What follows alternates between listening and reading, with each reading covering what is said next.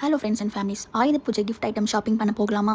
ஒரு வேலை செய்யும்போது ஈஸின்னு நினைக்கிறோம். ஆனால் அந்த வேலையை செய்யும்போது தான் தெரியுது அதில் எவ்வளோ எஃபர்ட் போட வேண்டியது, எவ்வளோ கஷ்டன்றது. அதே மாதிரி தான் இந்த ஷாப்பிங் வீடியோவும். ஆயுத பூஜைக்கு கிஃப்ட் ஐட்டம்ஸ்லாம் வாங்க போனால் நம்ம பட்ஜெட்டுக்கு ஏற்ற கிஃப்ட்டு செலக்ட் பண்ணால் அதில் கம்மியான ஐட்டம்ஸ் மட்டும்தான் அவைலபிளாக இருக்குது. சரி, ஓகே, வேறு கிஃப்ட்டு பார்க்கலான்னு போனால் அதில் நம்ம பட்ஜெட்டுக்கு செட் ஆகாமல் பட்ஜெட்லாம் ரொம்ப ஹையாக இருக்க மாதிரி இருக்குது. இப்படியே நிறைய கடைக்கு போயிட்டு வந்துட்டோம். ஷாப்பிங் பண்ண ஸ்டார்ட் பண்ணவே இல்லை, அதுக்குள்ளவே நாங்கள் டயர்ட் ஆகிட்டோம். வேறு என்ன பண்ணுறது, நெக்ஸ்ட் டே வரலான்னு பார்த்தாலும் டைம் இல்லை. என்னடா இது நமக்கு வந்த சோதனைன்ற மாதிரி தான் போச்சு. சரி, ஓகே, ஒரு வழியாக நம்ம தேடி கண்டுபிடிச்சி எதனா வாங்குவோம் அப்படின்னு சொல்லிட்டு ஃபைனலாக மில்க் குக்கரும் அண்டு ஸ்டீல் பாக்ஸ் மட்டும் கொஞ்சம் வாங்கிட்டு பில் போட்டுட்டு வந்தாச்சு. நம்ம என்ன தான் கிஃப்ட் ஐட்டம்ஸ்லாம் இல்லை வேறு எதனா வேறு ஒருத்தவங்களுக்கு கிஃப்ட் வாங்கினா கூட நம்மளுக்கு அதில் சின்னதாக ஒரு கிஃப்ட் வாங்கலைனா எப்படி அப்படின்ற மாதிரி தான் நானுமே எனக்கு செல்ஃப் கிஃப்டாக கொஞ்சம் ட்ரெஸ்ஸஸ் மட்டும் வாங்கிட்டு வந்துட்டேன். இதை நான் வந்து கிஃப்ட் ஐட்டம்ஸ் வாங்குறதுக்கு முன்னாடியே நான் பர்ச்சேஸ் பண்ணிட்டேன்.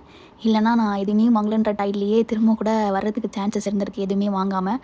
பட் இருந்தாலும் இதை முன்னாடி நான் வாங்கினதுனால அதில் கொஞ்சம் எனர்ஜி கிடச்ச மாதிரி இந்த ஹோல் ஷாப்பிங்கையும் நான் கம்ப்ளீட் பண்ணிட்டேன் ஒரு வழியாக சக்ஸஸ்ஃபுல்லாக. ஃபைனலாக வாங்கின எல்லா திங்ஸையுமே சேஃப் அண்ட் செக்யூராக ஆட்டோ பிடிச்சி வீட்டுக்கு ரீச் ஆகிட்டோம்.